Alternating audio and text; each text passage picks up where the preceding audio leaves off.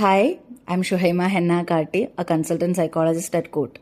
Let me tell you how Malayalis feels about grief. Grief എന്നത് നമ്മുടെ ലൈഫിൽ വരുന്ന ഒരു വെരി നാച്ചുറൽ ഇമോഷണൽ റെസ്പോൺസ് ആണ്. എസ്പെഷ്യലി നമ്മളൊരു ഇമ്പോർട്ടൻറ്റ് വ്യക്തിയെയോ അല്ലെങ്കിൽ റിലേഷൻഷിപ്പിനെയോ അതുമല്ലെങ്കിൽ നമ്മൾ അറ്റാച്ച് ആയിട്ടിരുന്ന ഒരു ആസ്പെക്റ്റോ ലൂസ് ചെയ്യുമ്പോൾ.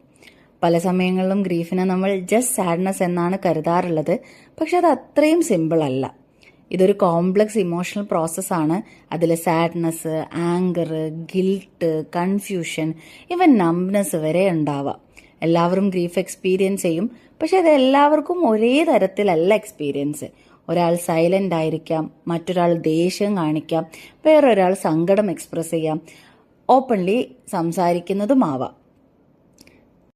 ഗ്രീഫ് നമ്മുടെ മനസ്സിനെയും അതുപോലെ തന്നെ ശരീരത്തെയും എഫക്റ്റ് ചെയ്യുന്നുണ്ട്. കോൺസെൻട്രേഷൻ കുറയുക, സ്ലീപ്പ് ഡിസ്റ്റർബൻസ് വരിക, അപ്പറ്റൈറ്റ് ചേഞ്ചസ് ഉണ്ടാവുക, എനർജി കുറയുക പോലെയുള്ള ഫിസിക്കൽ സിംറ്റംസ് ഉണ്ടാവുന്നുണ്ട്. അതുപോലെ ഇമോഷണൽ ലെവലിൽ നമ്മളൊരു പക്ഷേ ഹെവിനെസ്സോ അതല്ലെങ്കിൽ എംപ്റ്റി ആയിട്ട് ഒന്നുമില്ലാത്ത പോലെയോ അതല്ലെങ്കിൽ റിയാലിറ്റിയോട് കംപ്ലീറ്റ്ലി ഡിസ്കണക്റ്റഡ് ആയിട്ട് ഫീൽ ചെയ്യുന്നതൊക്കെ ആയിരിക്കാം. ഇതൊന്നും അബ്നോർമൽ അല്ല. ആക്ച്വലി ഇതൊരു ഹീലിംഗ് പ്രോസസ്സിൻ്റെ പാർട്ടാണ്. നമ്മുടെ ബ്രെയിന് നമ്മൾ എക്സ്പീരിയൻസ് ചെയ്ത ലോസിനെ പ്രോസസ്സ് ചെയ്യാൻ ട്രൈ ചെയ്യുന്നതാണ്. ഗ്രീഫിൻ്റെ സ്റ്റേജസ് നോക്കുമ്പോൾ അതിൽ denial, anchor, bargaining, depression, acceptance എന്നൊക്കെയാണ് പറയുന്നത്. പക്ഷേ ഇത് സ്ട്രിക്റ്റ് ആയിട്ട് സ്റ്റെപ്പ് വൈസ് അല്ല പോകുന്നത്. നിങ്ങൾ ഒരു സ്റ്റേജിൽ നിന്നും മറ്റൊരു സ്റ്റേജിലേക്ക് മൂവ് ചെയ്യാം, പിന്നെ തിരിച്ചു വരാം. അത് നോർമലാണ്. ഹീലിംഗ് ലീനിയർ പ്രോസസ്സ് അല്ലല്ലോ, അതൊരു ജേണിയാണ്. സോ അത് പലപ്പോഴും ഒരുപാട് സ്റ്റെപ്പുകളിലൂടെ മാറി മാറി നമ്മൾ എക്സ്പീരിയൻസ് ചെയ്ത് തന്നെ മുന്നോട്ട് പോകണം. ഇവിടെ ഏറ്റവും ഇമ്പോർട്ടൻ്റ് ആയിട്ടുള്ളൊരു പോയിന്റ് എന്ന് പറഞ്ഞാൽ ഗ്രീഫ് സപ്രസ് ചെയ്യരുത് എന്നുള്ളതാണ്. ഫീലിങ്സ് ഇഗ്നോർ ചെയ്താൽ അത് ലേറ്റർ സ്ട്രോങ് ആയിട്ട് വരും.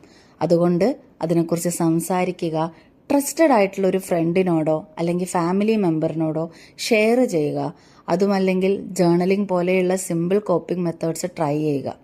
സെൽഫ് കെയർ ഇവിടെ വലിയ ഇമ്പോർട്ടൻ്റ് ഉണ്ട്. പ്രോപ്പർ സ്ലീപ്പ്, ഫുഡ് അല്ലെങ്കിൽ സ്മോൾ റുട്ടീൻസ് ഒക്കെ മെയിൻറ്റെയിൻ ചെയ്യാൻ ട്രൈ ചെയ്യുന്നത് ഇവിടെ ഹെൽപ്പ് ചെയ്യും. എന്നാൽ ഗ്രീഫ് ലോങ് ടൈമായിട്ട് കഴിഞ്ഞിട്ടും ഡെയിലി ലൈഫിൽ ഫങ്ഷൻ ചെയ്യാൻ പറ്റുന്നില്ല, അതല്ലെങ്കിൽ ഇൻറ്റൻസ് ആയിട്ടുള്ള ഹോപ്പ്ലെസ്നെസ്, അതുമല്ലെങ്കിൽ ലൈഫ് മീനിങ്ലെസ് ആയി തോന്നുക എന്നുള്ളതൊക്കെ നമുക്ക് പേഴ്സിസ്റ്റ് ചെയ്യുന്നുണ്ടെങ്കിൽ അത് കോംപ്ലിക്കേറ്റഡ് ആയിട്ടുള്ള ഗ്രീഫ് ഡിസോർഡർ ആയിട്ട് മാറാനുള്ള ചാൻസ് ഉണ്ട്. അങ്ങനെയൊരു സിറ്റുവേഷനിൽ പ്രൊഫഷണൽ ഹെൽപ്പ് തേടുന്നത് വളരെയധികം ഇമ്പോർട്ടൻ്റ് ആണ്. ഒരു സൈക്കോളജിസ്റ്റ് അല്ലെങ്കിൽ ഒരു തെറാപ്പിസ്റ്റ് നിങ്ങളെ സേഫ് ആയിട്ട് ഗൈഡ് ചെയ്യും ഈ ഗ്രീഫ് പ്രോസസ്സിങ്ങിൽ.